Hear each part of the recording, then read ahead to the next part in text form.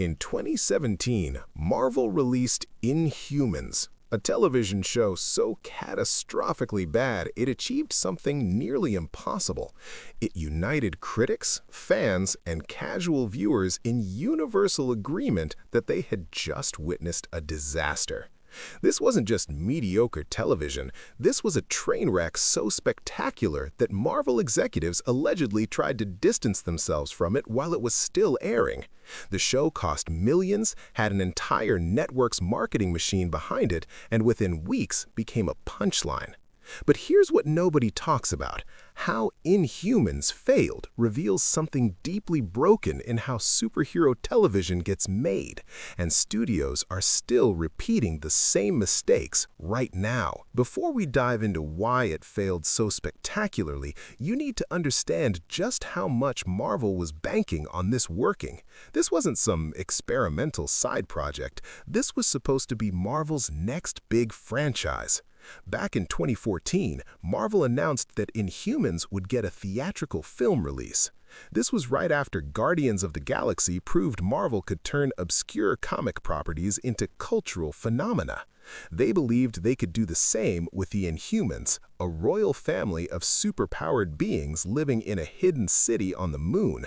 But something strange started happening. The movie kept getting pushed back, then quietly disappeared from Marvel's theatrical slate altogether. Then, in a move that should have raised every red flag, Marvel announced the project would become a television series instead, co-produced with IMAX and airing on ABC. Here's the crazy part. IMAX agreed to premiere the first 2 episodes in IMAX theaters worldwide. This had never been done with a television show. Marvel was so confident they thought people would pay movie ticket prices to watch a TV show on the biggest screens possible. But there was a massive problem brewing that nobody wanted to acknowledge. The show had exactly 2 months to complete filming before its premiere date. 2 months. To put that in perspective, Marvel films spend 6 to 8 months in production. Game of Thrones took 10 months to film a single season. Inhumans had 8 weeks to create 8 episodes of a science fiction show featuring superpowers, alien technology, and an entire civilization on the moon. The warning signs appeared immediately in the marketing. That slick costume from early promotional images? Gone. Black Bolt wore what looked like a leather jacket from a department store. The grand lunar city looked like a California suburb with rocks arranged in the background.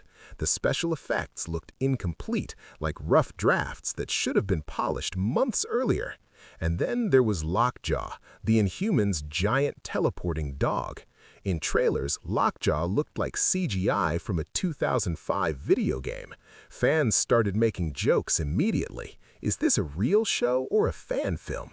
But Marvel pushed forward. They'd spent the money, they'd booked IMAX theaters. September 1st, 2017 arrived. The IMAX premiere happened, and what followed was remarkable. The reviews weren't just bad, they were apocalyptic. Rotten Tomatoes recorded an 11% critic score, making it one of the lowest-rated superhero properties ever created. Entertainment Weekly called it a royal mess. The Hollywood Reporter wrote that it proves that Marvel is not immune to disaster. But here's what made Inhumans different. It wasn't trying something experimental that didn't land. It was simply failing at the most basic level of television production. The cinematography looked flat, the costumes looked like cosplay, the dialogue was wooden. Even the acting felt strangely muted. The plot was almost insultingly simple. The king gets overthrown, the royal family flees to Hawaii, and they spend most of the season wandering around Honolulu. That's it. 8 episodes. Characters with incredible powers barely used them because the visual effects budget couldn't handle it. And here's the most telling example. Medusa, whose prehensile hair is her superpower, has her hair cut off in the first episode, presumably because the show couldn't afford to animate it. They introduced a character whose entire power is based on her hair, then immediately removed her hair to save money. The IMAX premiere was a financial disaster. empty theaters and confused audiences who couldn't understand why they'd paid movie prices for something that felt like a cheap sci-fi production. The experiment of premiering TV episodes in IMAX has never been attempted again. When the show moved to ABC, ratings were catastrophic. The premiere drew 3.8 million viewers. By episode 3, it dropped to 2.8 million. By the finale, fewer than 2.5 million were watching. ABC canceled it after one season. No cliffhanger resolved, the show simply ended, and everyone moved on as quickly as possible. But the story isn't just about one bad show. It's about what happens when corporate pressure overrides creative needs and when everyone knows something is broken, but no one has the power to stop it.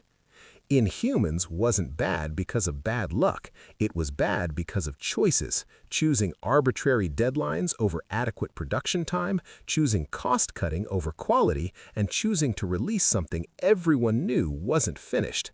The saddest part? The Inhumans are genuinely interesting characters in the comics. In other hands, with proper time and resources, it could have been great television. Instead, we got a reminder that in entertainment, there are no shortcuts. Quality takes time, vision, resources, and people who actually care. Inhumans had none of those things.